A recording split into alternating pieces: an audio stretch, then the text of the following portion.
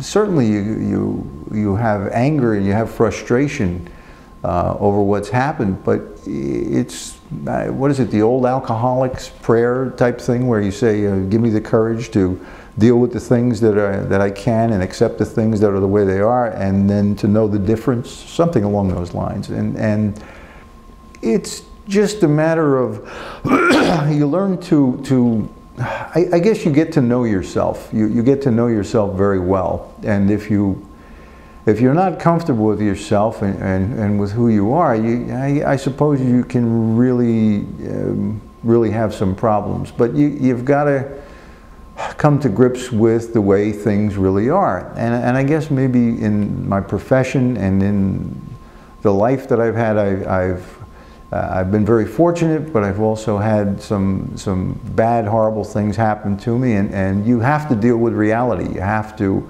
accept things as they are and not necessarily as you want them to be. And you can't let the outside forces determine what you're going to be. You can be, I've had people say to me, well, why are you so happy? You're happy to be here, and so on. And I'm not happy to be here. I'm happy in spite of being here, and I'm not going to let my surroundings or something that was done to me influence how I feel inside, because if you let yourself be miserable, you're going to be miserable. You're going to make yourself sick, and sure, I'd rather be home. I'd rather be down the shore. I'd rather be out on a boat. I'd rather be on the beach. I love to stick my toes in the water in the ocean and curl them in the sand, and I mean, some of the things that you never thought you'd miss, you really miss a lot. But you are here, and if you're here and this is where you are, you have to try to make the best of it. And there are joys and sadnesses, just like there are out in the real world. And you got to remember, this is artificial.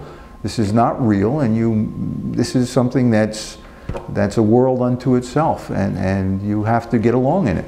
Your routines pretty much depend on when you, if you're active. Some guys just want to stay around and play cards and smoke cigarettes, play cards, play chess, play games, gamble, whatever it might be. And there's a lot of things in prison that you could get yourself involved with if you, but that's your choice. Each one of the what they call phases here are actually almost like 3 separate prisons.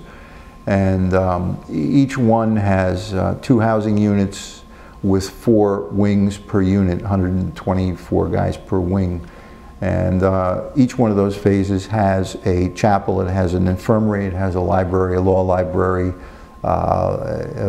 what the so-called big yard, and each one of them has a courtyard in on the side of the living facilities, and you can go out to the courtyards either in the morning, the afternoon, or the evening. Usually about an hour and a half in the mornings, afternoons, and the evenings. They split it up between upstairs and downstairs, and there's a basketball court, there's a handball court. It's about big enough for that, about 4 tables out there.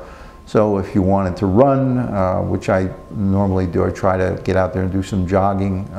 You would run around the basketball court, or you could play handball, and then you have a gym across the way, and you can, I guess maybe 2 or 3 times a week they have a gym schedule where you could go. I try to just stay active. The jobs don't involve, unless you're working in the I building here, as they call the I building, which is the prison industries, where you're there for several hours a day making shoes or clothing or food products and things like that. Your job is usually a very limited type of a thing. It generally doesn't take very long. No, I've never received an institutional charge, but it's very easy to not get in trouble in prison. It's just a magnification of what the rules are outside, and it's very clear what you should do and what you shouldn't do. If you're not, it depends on your attitude. My job now is I work in In the chapel, it's you basically you wind up setting up and taking down some chairs and tables and so on. Work in the what they call the congregate, which is a chapel. It's I believe it's a former mess hall where they have tables and chairs, and you set up some of the tables and chairs, and you put out some of the books for the different religious services that take place in the chapel. They have the Christian services, they have the Muslim services, they have Catholic services, and there's AA, and I think there's Narcotics Anonymous as well.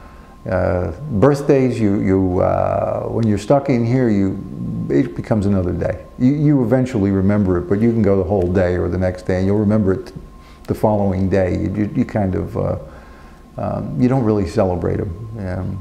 They're not going to send you cake, no. The first place I go before I would even go home, I would go to the cemeteries and visit where my mom is buried and my other close relatives, my uncle, my aunts who have passed away while I've been in here. And I think those are the places that I want to visit first.